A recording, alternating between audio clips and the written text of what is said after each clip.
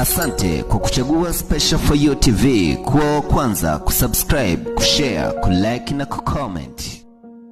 Mimi naitwa Mwaziri Amin, nimesimamia mazingira Nairobi. Pia wapi?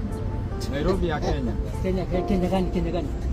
Wewe si Mkenya? Kenya wapi? Mimi si Kenya, mnaona mtu Kenya.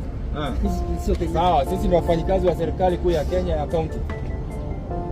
Na tuko hapa na askari wetu kuchukulia hatua kwa Bwana Geoffrey Musiria ameingia choo cha kike. Nikisema choo cha kike sijui unanielewa. Choo cha kike inamaanisha kwamba ameenda kugusa sehemu ambapo wameamua sasa na wenyewe kujitokeza kuweza kumreply kwa kile ambacho amekifanya.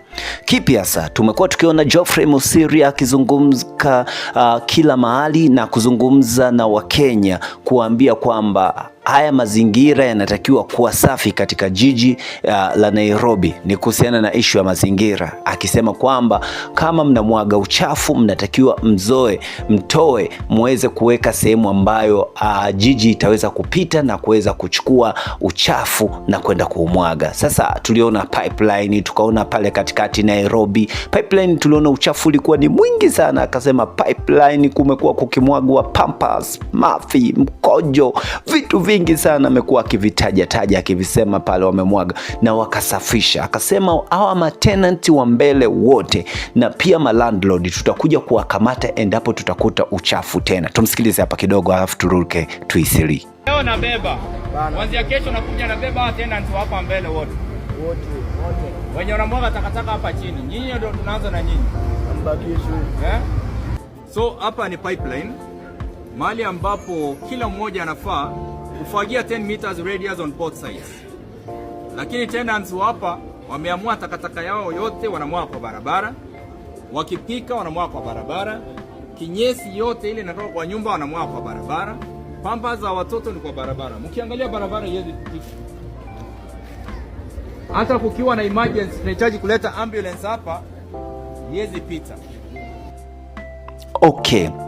Geoffrey Musiria akatoka hapo akahamia Eastleigh na akaweza kusema watakuwa na 2 weeks ndani ya Eastleigh wakiwa wanawakamata wale wote wanaomwaga uchafu, lakini before kuwakamata wataweza kutoa onyo na kuweza kuzoa ule uchafu wote na kusafisha katika sehemu hiyo ya Eastleigh ambapo Wasomali wanaonekana ni wengi sana. Sasa baadhi ya watu wamejitokeza wakiwa ni wale wa upande wa Kisomali wakisema kwamba wanaona kama wanaonewa. Kuna jamaa mmoja amejitokeza. Tumuone kwanza Geoffrey Musiria akiwa Eastleigh. Wewe mnafunga barabara ya nini? Gari inapita wapi hapa?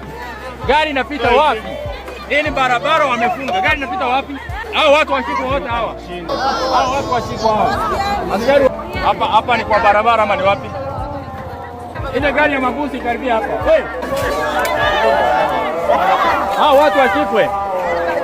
Hao watu washikwe. Wewe gari kuja hapa. Wewe kila mtu atoka kwa barabara. Tokeni kwa barabara. Nani amefunga barabara hapa? Hapa ni soko kama ni barabara. Kila mtu atoke. Tokeni kwa barabara. Wakununua acheni kununua sasa. Wewe acha kununua. Waacha watoke kwa barabara kwanza.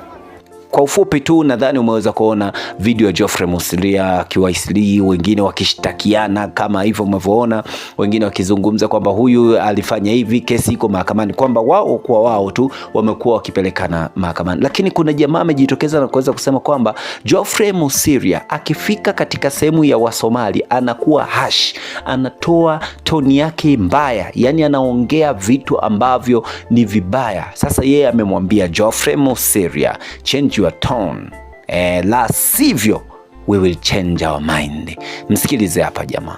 Geoffrey Musiria, sikiza hapa. You're not going to make our mothers and daughters feel like they are outsiders or foreigners in their own land, in their own country.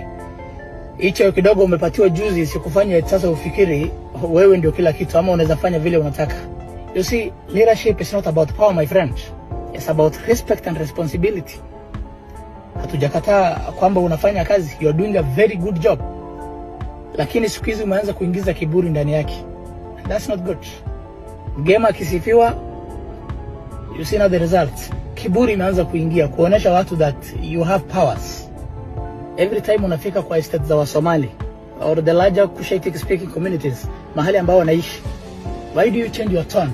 Unapaza sauti. Why do you always shout? Hawezi uongelesha vile unaongelesha Wakenya wengine. It's like you are now showing them that they don't belong here. And by the way, nani alikwambia ati tunahitaji approval from anyone that we are Kenyans?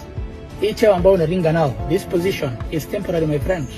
We have friends and close relatives who are in a better position when it comes to administration, and still they are very humble and hardworking. Wewe, you are hardworking but you are not humble. Watu wa chuki na ukabila, they can talk the whole day. They can insult me the whole day. I don't care. Heshima sio utumwa. And if you think that you can speak or you can talk softly to others and then shout at the Somalis, my friend, you are mistaken. Now this is the big statement. Ongeza volume hapo. Somalis are Kenyans and we don't need to prove to anyone. So Geoffrey Mosiria, change your tone, change your attitude, or else you will change our mind.